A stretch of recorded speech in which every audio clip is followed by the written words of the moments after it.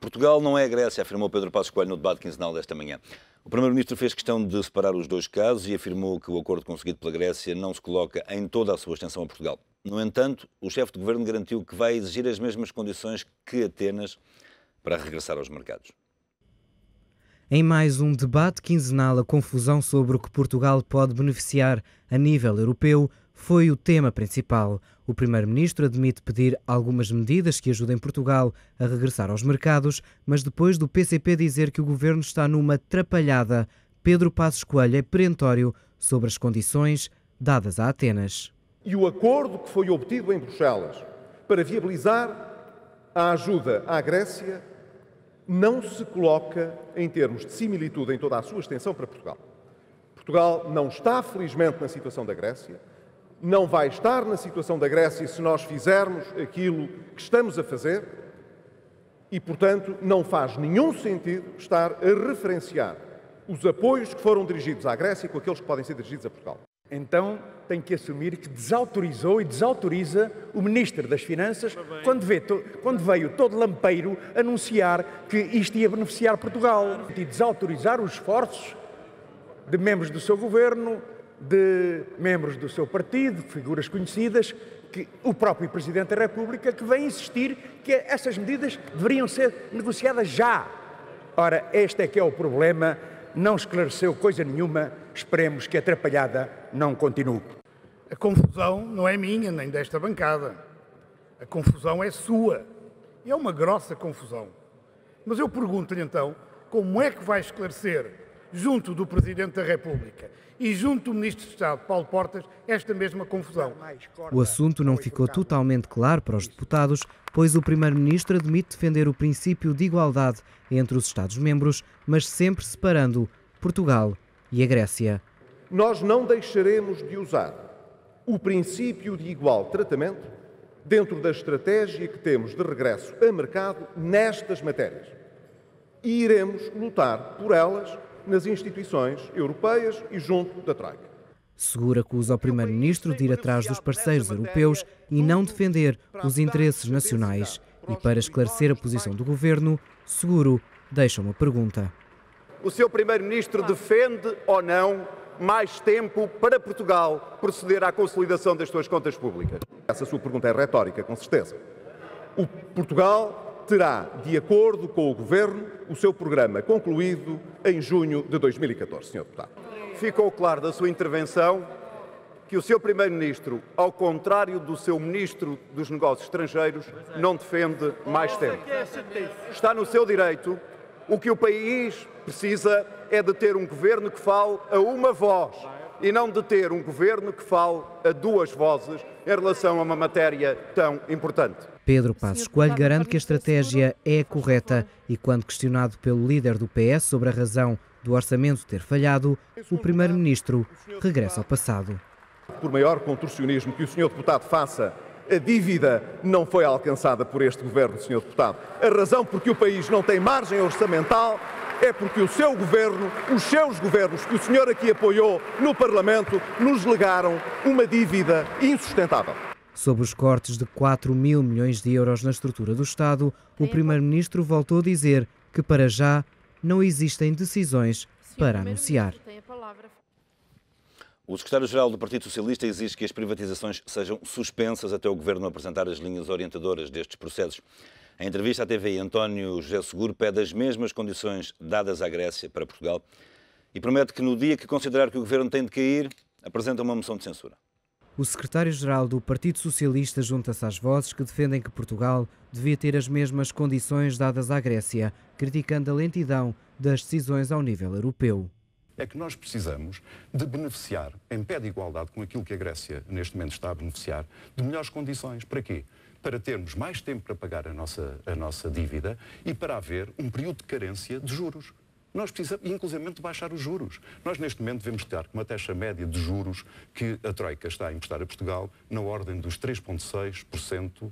E nós, se beneficiarmos de menos 1 ponto percentual, isso significa que nós podemos ter um benefício anual na ordem dos 700 milhões de euros. E isto, diz António José Seguro, iria permitir um alívio ao país e aos portugueses. O líder do PS concorda com as críticas feitas por Mário Soares ao governo, mas garante que no dia que quiser a demissão do executivo, leva ao Parlamento uma moção de censura, pois existem linhas vermelhas que o governo não pode passar, tal como foi a taxa social única. Eu sou líder do Partido Socialista e quando entender que este governo não tem condições para continuar, eu não subscrevo uma carta. Eu apresento uma moção de censura e exijo eleições antecipadas em Portugal. Para António José Seguro, as privatizações têm de ser travadas, já que o governo não apresentou as linhas orientadoras destes processos. Sobre a RTP, volta a dizer que é contra a concessão a um privado. Não tem sentido absolutamente nenhum, e tem que haver transparência em todos estes processos, mas não tem sentido absolutamente nenhum que um privado, seja o qual for, tome conta de 49% da RTP, que gira as taxas que os cidadãos já pagam e ainda por cima fique com os lucros. O PS não quer pressionar o Presidente da República no envio do orçamento para o Tribunal Constitucional, mas também não diz se vai avançar depois para a fiscalização sucessiva. Por agora, diz António José Seguro, é o tempo de Cavaco Silva. Carlos Marques de Almeida e Rui Paulo Figueiredo são convidados deste Enfoque. Obrigado, ambos, pela vossa presença. Senhor Deputado, começo por si. No debate desta manhã, ficou esclarecido quanto à posição do governo português sobre a Grécia? Nem sobre a Grécia, nem sobre a política europeia, nem sobre, afinal, o que é que o governo defende em termos de defesa dos interesses nacionais. Nós tivemos mais uma semana desastrosa do ponto de vista daquilo que é a ação do governo. Mais uma vez, nós tivemos um governo sem coordenação política, totalmente impreparado, em que fala a 3 e 4 vozes. O António José Seguro dizia que o governo falava a 2 vozes, eu acho que ele até estava a ser simpático. Porque nós tivemos o Ministro das Finanças a dizer tudo e o seu contrário. O Ministro das Finanças é que veio assumir na segunda-feira uma determinada posição política em que queria as mesmas condições e nem era bem querer, dava-as como adquiridas, na sequência da reunião do Eurogrupo. Depois veio dizer que ninguém tinha percebido nada e que as questões complexas, quando são simplificadas, são muito difíceis de entender. Mas, pelos vistos, eu acho que todo o país entendeu que eles não sabem o que é que estão a dizer. O Presidente da República veio dizer pouco mais ou menos a mesma coisa que o António José Seguro teve vindo a dizer já há bastante tempo. Paulo Portas também. O Primeiro-Ministro ontem fez uma declaração e hoje fez outra. E hoje procurou fazer uma síntese das várias posições, dizendo que mais ou menos sempre disseram a mesma coisa. Isto é absolutamente incompreensível. Aquilo que está absolutamente claro e que nós temos conversado aqui várias vezes é que este governo não tem pensamento europeu, não tem nenhuma estratégia para a defesa das posições de Portugal na Europa, limita-se a andar a reboque dos acontecimentos e entra constantemente em contradição. E não se percebe, de facto, aquilo que passa pela cabeça do Primeiro-Ministro. Ele hoje disse neste debate uma frase que eventualmente nos deveria animar e que ao mesmo tempo é uma constatação de um facto que o Partido Socialista tem criticado. O que é que ele disse? Que a partir de agora vai defender os interesses do país e vai assumir uma posição forte em termos de melhoria das condições. Ficamos a saber que durante este ano e meio não o fez. Poderia-nos tranquilizar esta frase do Primeiro-Ministro. Mas como tivemos uma semana inteira de declarações e contra-declarações, eu não sei se logo à noite ou amanhã já não temos outra posição. Carlos Marques de Almeida, que análise é que faz de tudo isto que aconteceu em torno das mesmas facilidades concedidas à Grécia para Portugal? Bem, mais uma vez há uma óbvia descoordenação política. Mas esta descoordenação política é interessante, porque pode ter uma leitura bastante, digamos, esclarecedora do modo como o governo funciona ou como o governo não funciona. Há 2 semanas o Primeiro-Ministro disse que o Ministro das Finanças era o número 2. E parece que, de facto, o Ministro das Finanças é uma espécie de co-Primeiro-Ministro. Ou seja, quando o Primeiro-Ministro disse que quando o Ministro das Finanças disse que Portugal iria ter direito ou ter acesso às mesmas condições que a Grécia, estava a falar perfeitamente consciente de que falava em nome do Governo, como esta imagem do tal vice-primeiro-ministro, ou do co-primeiro-ministro que não existe, mas que o Ministro das Finanças interiorizou e, de facto, é. Mas também, obviamente, o Primeiro-Ministro depois repete aquilo que diz, ou seja, há aqui uma inversão da hierarquia política. Portanto, quem diz primeiro ser a posição, qual é a posição do Governo, é o Ministro das Finanças, que depois é confirmada pelo Primeiro-Ministro, que depois é posta em causa pela Comissão Europeia ou pelo Presidente do Eurogrupo, que depois é corrigida pelo Primeiro-Ministro e que depois é, novamente, recolocada nos seus devidos parâmetros pelo Ministro das Finanças. Ou seja, isto é o círculo completo da desorientação. Ou seja, a desorientação acaba exatamente do ponto onde começa. Portanto, tudo isto era fútil, tudo isto era evitável se o Governo soubesse o que quer para Portugal e o que deseja que a Europa, as condições que a Europa forneçam a Portugal. Mas o Primeiro-Ministro e o Governo têm medo de querer. Há um medo de querer, há um medo de assumir uma responsabilidade política e uma exigência política. Não apenas em termos internos, mas também, sobretudo, em termos externos. E daí que, dada, e como disse o Presidente da República, muito bem, a União Europeia é uma negociação permanente. O Primeiro-Ministro não entende e o Governo também não o faz. Portanto, o Governo, quando vai aos Conselhos Europeus, vai assistir. Não vai colocar e defender a posição portuguesa, nem vai negociar coisíssima nenhuma. Fica à espera das negociações, de facto, e depois, naquilo que é o pacote negocial que sai dessa cimeira, Portugal depois faz uma espécie de cherry picking, ou seja, vai retirando, como tira cereja a cereja, aquilo que pode ser, ou que os nossos credores acham que pode ser concedido a Portugal. Portanto, se a nossa posição é esta, é natural que haja sistematicamente estes desencontros. Mais grave ainda, porque, além de tudo isso, se o número 1 e o número 2 se desencontraram, para mais tarde se encontrarem numa terceira opção, nós temos depois uma outra associação interessante, que é entre o Ministro Paulo Portas e o Presidente da República, que estes sim, os dois falam em uníssono. Mas em termos institucionais, nós não percebemos quem é que verdadeiramente fala em nome de Portugal. Porque agora parece que o Ministro dos Negócios Estrangeiros vai escrever uma carta em nome pessoal à Troika.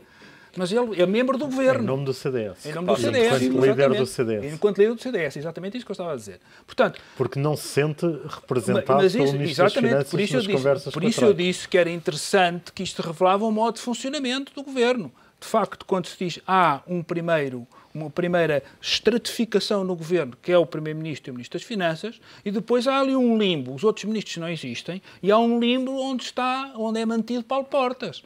Ou seja, isto é uma forma muito perigosa de tratar o CDS e o Paulo Portas.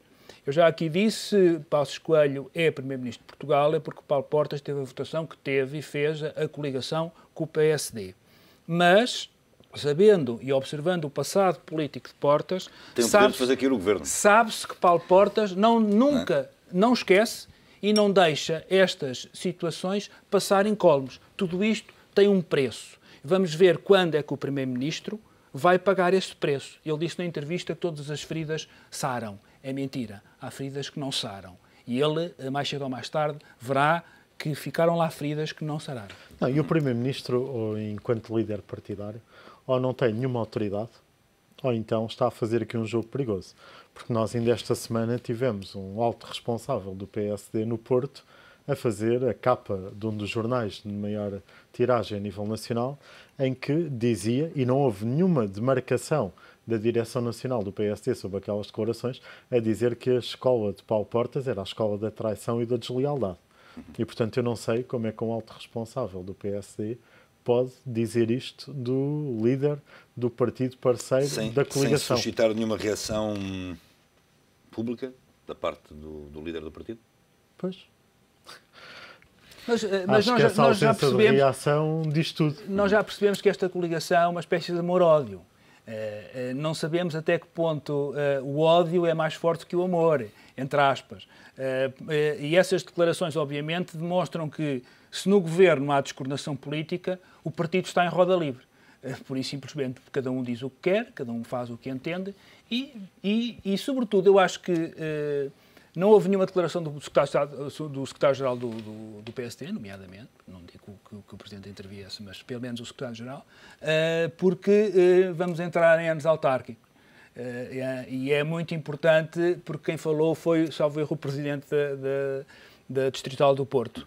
Ora, o Porto, enfim, o Rui Rio sai, houve aquela discussão relativamente a Menezes, sim ou não a Menezes, mas Menezes vai ser de facto candidato. Portanto, há ao mesmo tempo há uma desautorização nítida, há um desafio e uma provocação ao líder do principal partido, ao segundo partido da coligação, e não há reação. Mas é lamentável que sejam sobrepor pequena política e interesses partidários aos interesses lamentável, é absolutamente lamentável e, sobretudo, não salvaguarda uma coisa que é essencial neste momento, que é a coesão e a lealdade entre os dois parceiros. Que essa está, para mim, ferida de morte.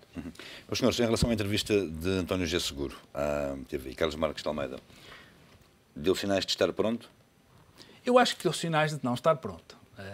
E comparando as duas entrevistas, se por um lado as entrevistas do Primeiro-Ministro dá sempre a ideia de que aquilo não é preparado, há ali uma grande improvisação, a entrevista de António José Seguro é uma entrevista extremamente preparada. É preparada ao detalhe. Portanto, ele tem o briefing perfeitamente na cabeça, perfeitamente feito, mas há aqui um equívoco que eu acho, é que a entrevista é feita para responder aos jornalistas. A entrevista não é feita para expor as soluções políticas. Não é para falar aos portugueses? Há uma tentativa de falar aos portugueses através do jornalista, mas todas as respostas são muito formatadas, tudo muito pré-concebido. E, de alguma forma, a entrevista perde genuinidade. É isso que se nota um pouco. Portanto, há ali muita preparação, muita imagem e muita falta de genuinidade. Há pouca naturalidade em tudo aquilo. Há uma construção. Por isso é que eu digo que há uma construção para fazer passar uma imagem, mas não há uma construção política consistente para fazer passar um conjunto de políticas minimamente articuladas e coerentes. Porque o que nós temos, de alguma forma, é o discurso de António José Seguro está, de alguma forma, limitado por duas coisas. Limitado aqui no sentido de ter duas balizas, não é a limitação do ponto de vista de deficiência que eu me estou a referir. Ponto 1, a limitação é não fazer como o Governo, não fazer como Pedro Passos Coelho. E a segunda é basear todo o seu discurso nacional naquilo que, hipoteticamente, pode ser um processo de negociação a nível da União Europeia. Ok, muitos dos nossos problemas passam por essa negociação na União Europeia, mas quase todas as soluções, entre aspas, apresentadas por António José Seguro, passam muito por essa negociação externa. E há ali também uma sombra de François Hollande, há sistematicamente uma sombra de François Hollande. Mas convém referir que François Hollande está-se a preparar para apresentar um orçamento de grande austeridade em França, porque a França está com grandes dificuldades. Os níveis de popularidade do Presidente da República estão entre 40% e 50%, e há muitas opiniões em França que dizem que, afinal, o que Hollande vai fazer é nem mais nem menos que aquilo que Sarkozy dizia que era preciso fazer. Ou seja, nós temos e isso preocupa-me um pouco, porque temos o principal líder da oposição, que tem como referência, sem dúvida, François Hollande, mas temos, por outro lado, se analisarmos a situação de François Hollande, vemos que o que ele está a fazer é preparar-se para aplicar um programa de austeridade. Quando o que eu gostava de ver respondido por parte de António José Seguro era qual é a alternativa, dentro do ponto de vista da área do socialismo democrático, para a manutenção, num contexto de crise económica, para a manutenção de um Estado social como nós o conhecemos hoje. Ou pelo menos para que os sacrifícios não fossem tão acentuados. Rui, presumo que tem uma opinião diferente da prestação do líder. Há várias coisas que o Carlos disse. Desde logo, o Carlos esboçou uma contradição entre uma extrema preparação e responder às perguntas dos jornalistas.